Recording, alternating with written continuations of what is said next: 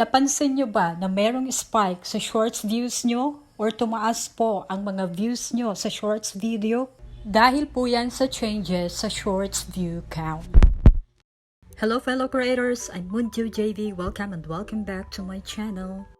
Today, pag-uusapan po natin kung paano nga ba kinakalculate ang views natin sa shorts video. But before we continue, please like, share, and subscribe if you haven't already, and click the bell button for more tips and updates. As of March 31st, 2025, meron pong bago sa Shorts View metric.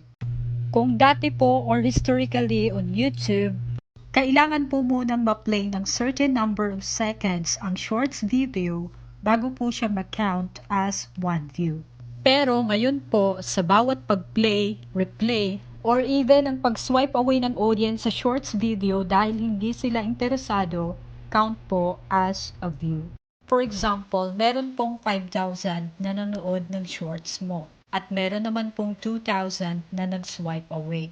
Kapag kinumbine mo, meron ka pong 7,000 impressions. Impressions, total number of times na ipinakita ang shorts video or ang video mo. Pero ngayon po, instead of impressions or instead of 7,000 impressions, magiging views na po or 7,000 views ang makikita nyo sa YouTube Studio.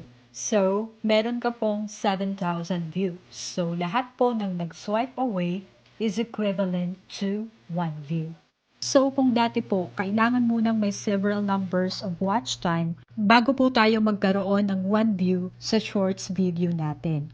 Pero ngayon po, sa bawat pag-click or pag-play, replay, or even sa pag-swipe away ng audience sa shorts video, count po siya as a view with no minimum watch time requirements.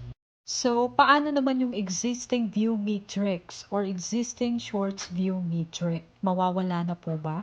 Available pa rin po or available pa rin po sa channel analytics ang existing shorts view metric. At meron na siyang new term. Yan po ang engage views. Ang engage view or engage views, ito po yung nagre-represent kung ilan yung viewers ang nanonood or patuloy na nanonood ng mga shorts video mo. Kaya kung mapapansin nyo po, meron pong bagong metrics. Yan po ang engage views. At para makita, punta po kayo sa YouTube Studio, Analytics, Content, at punta tayo dito sa Shorts. Ayan, makikita natin views and engage views. So, dati po, kailangan munang i-play ng certain number of seconds or kailangan munang may certain number of watch time bago tayo magkaroon ng 1 view sa shorts video. At yan na po ang tinatawag na engage views ngayon. So, basically, what used to count as a view is now labeled as engage views.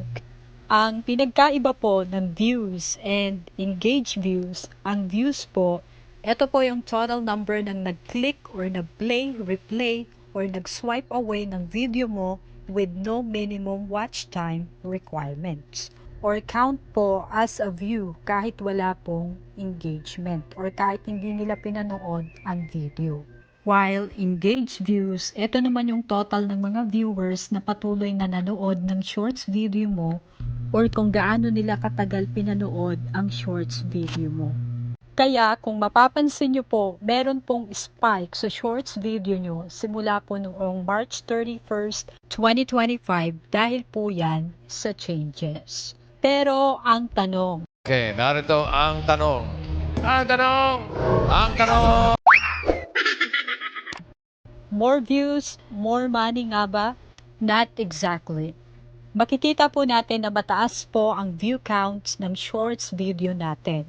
But it doesn't mean na automatic tataas ang likes, subscribers, comments, and watch time ng shorts video natin. Nakadepende pa rin po yan sa engage views. Or kung patuloy na pinapanood ng viewers mo ang shorts video mo or kung gaano nila kahaba pinanood ang shorts video mo. At ang changes na to, wala pa rin pong impact sa monetization.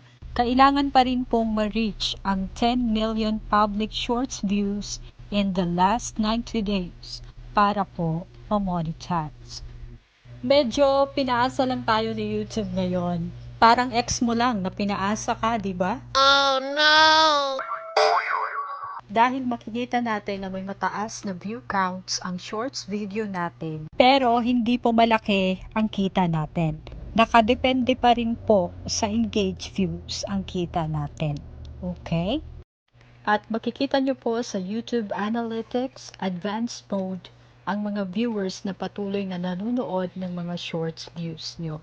So, ang update na to, para magkaroon tayo ng maraming views sa shorts video at magkaroon tayo ng fuller picture ng overall reach, lalo na kapag nag-share tayo sa ibang platform. So, ano pong masasabi nyo sa update na to? Leave your opinion in the comment section and please don't forget to like, share, and subscribe if you haven't already, and click the bell button for more tips and updates. That's all for today. I hope you found this video helpful. If you want to ask questions and offer suggestions, feel free to do so. Thank you for watching and mega loud shout out to everyone who watched my tutorial video. Baby, you give me ice and fire. You're giving me wind and rain. You're some kind of bird.